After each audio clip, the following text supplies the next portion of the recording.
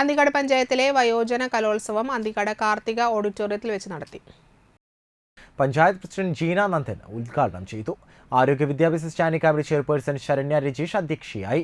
ICDS supervisor KP Vasumathi, 9ാം ward member TP Ranjith എന്നിവർ സംസാരിച്ചു.